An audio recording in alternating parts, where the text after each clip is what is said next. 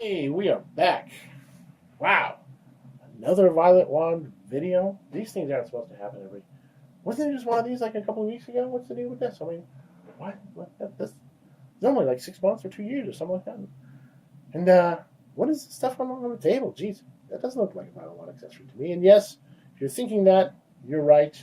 These are not Violet Wand accessories, but this is another Violet Wand video. And today we are going to be tackling the topic of carbon tracking. So this is something that's been talked about quite a bit of late. Something that's been basically bopping around in terms of topics, and something that I kind of want to kind of put to bed to, myself in terms of hey, is this something I should really be concerned about or not? And so I thought I'd come up with something to try to test that against, to kind of put it to rest for myself, and I'm taking you folks along for the ride. Yay! So, a little bit of a backstory about carbon tracking. So, if you do a Google search, and I encourage you to do a Google search if you want to, about carbon tracking, what you're probably going to run into is a bunch of websites about distributor caps. Um, so, in a distributor cap, carbon can build up inside a distributor cap, and we won't necessarily discuss how that happens, why, but let's just say that it does. And high voltage output in that distributor cap can become diverted. It basically doesn't go where it's supposed to momentarily, not permanently, but just for a second or so, and can cause a vehicle to misfire, right? So that's a concern if that's occurring in your distributor cap and you're wondering why your car is not running so good. So as it applies to what we do, there is a gap, in a body contact pad. That's the whole idea of the body contact pad. That there is a spark gap that isolates a person as you're wearing that body contact from the wand itself. And the idea is that if the wand were, for whatever reason, to have some sort of a catastrophic failure and line voltage, AC line voltage, were to, for God knows how, get all the way to the collet, you wouldn't want to be in contact with that. And the air gap prevents that as a safety measure. Now, that particular failure, that catastrophic failure, has never really happened. Right? It's never been documented to actually happen. So it's generally kind of accepted to be something that, something that we don't really know if it actually would happen or not. It would be slim, I would say, if it did happen. But the idea of a spark gap in a body contact pad is at least a decent one. It's not bad. It doesn't seem to be that difficult to implement, and it's kind of one of those. Well, why not? You should do that as an extra safety measure because just in case.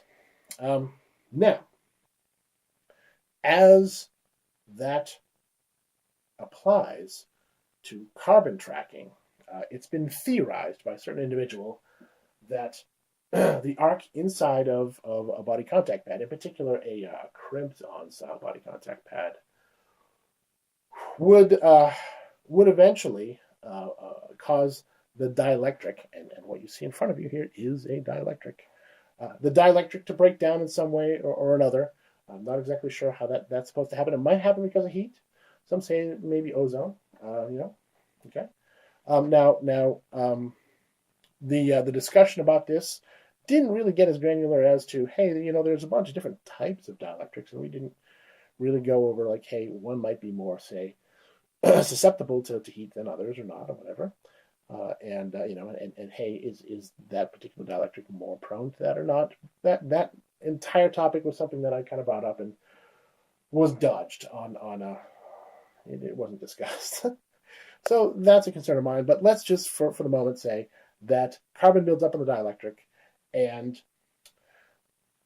what happens is just like in a distributor cap, the high voltage output will jump to that carbon, and there'll be a carbon path from that center conductor, which is normally the wire in the middle, to the actual body contact pad, which is normally a tube, but maybe a brass tube or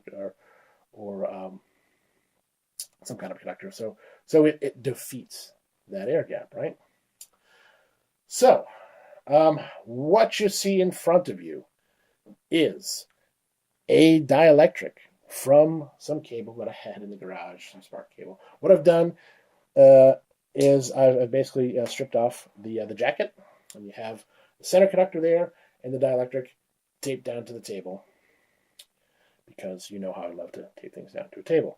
So we also have in front of you some carbon. Now I just didn't have any carbon hanging about in the fridge or whatever, so I had to get a little creative here in terms of, hey, what do I have that is has a lot of carbon in it? And the best thing I come up with is charcoal from my wood stove. So I did a little quick research on this, and I believe they say that charcoal has about a 60 to maybe even 80% content of carbon. And so just to prove to you that this is indeed conductive, we'll show you that yes, we have conductive carbon here. I didn't even have to coach it or anything. It conducted that all willingly, just on its own.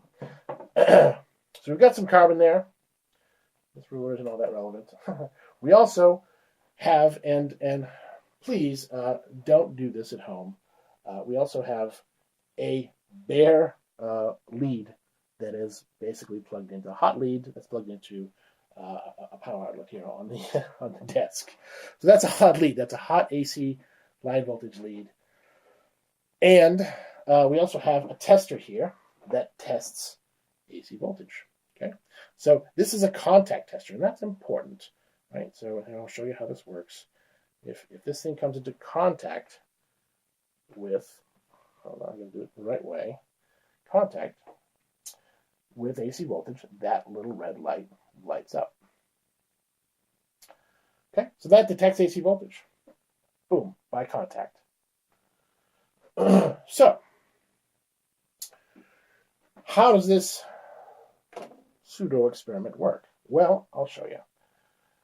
What I did, carefully setting aside the, again, please don't do that at home. It's really not a good idea to have a bare hot wire just kind of hanging around like nobody's business. So I took some of this carbon here, and what I want you to do is I want you to sort of suspend your disbelief for a moment in terms of how does this build up, because that wasn't really clear to me either.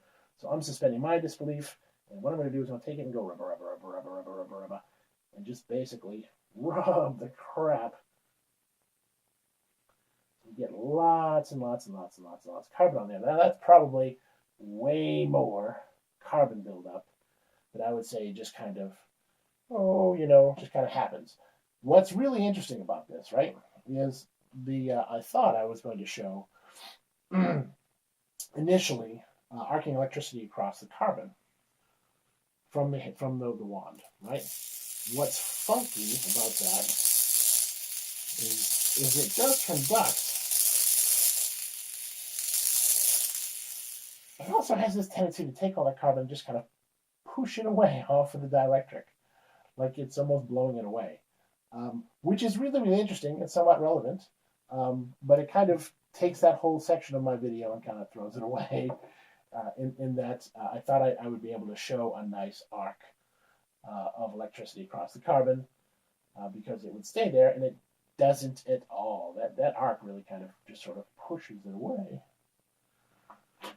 So, please suspend your disbelief for a moment.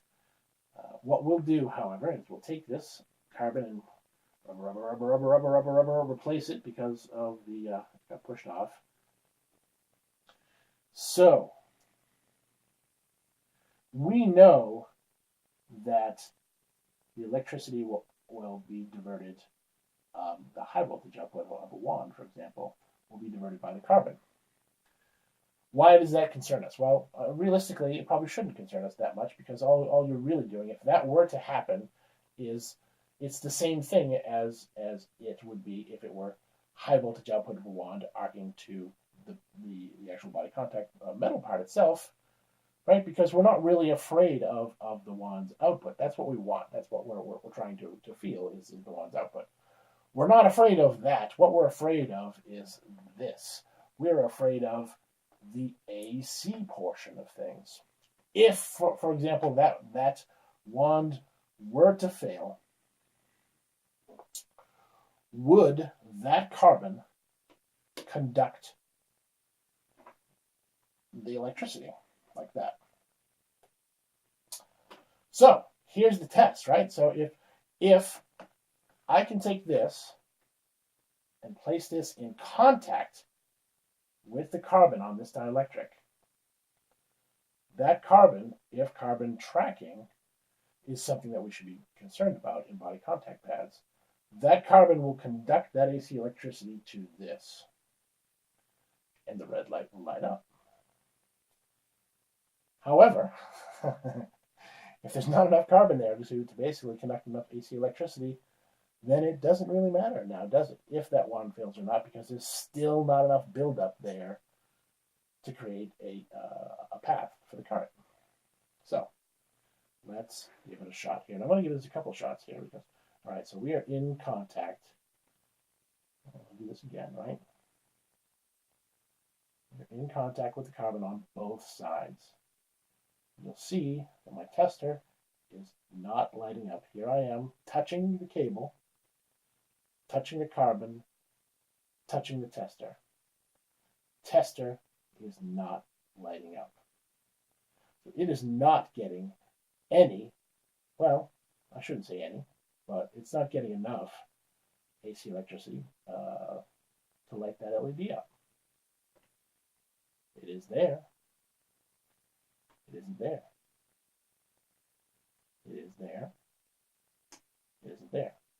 We can get this a little bit closer because in a body contact pad, it's not going to be a huge distance, right? So even, oh gosh, that's got to be a 1/16 of an inch away from that wire, and it is still not lighting up. That carbon, to me, doesn't seem like it's making one heck of a difference. So why are we concerned about that carbon? Well, I don't know. It doesn't seem like it's going to conduct that AC electricity if that were to fail. And again, the failure of that wand is extremely unlikely. So you're talking about something that's extremely unlikely to happen in the first place. We're not really sure how that carbon is going to build up. You know, we're going to, for the sake of argument, say that it could happen, but we don't know how it happens, or you know how frequently it happens, in you know, on what types of dielectrics are more prone to it than others, and how much you know carbon would have to build up to create enough of a conductive path for there to be a real risk, right? So there's a lot of variables here that we have to try to sort of figure out. That, granted, you know, this probably isn't a good enough experiment to sort of figure all those out. But what this experiment does tell me is that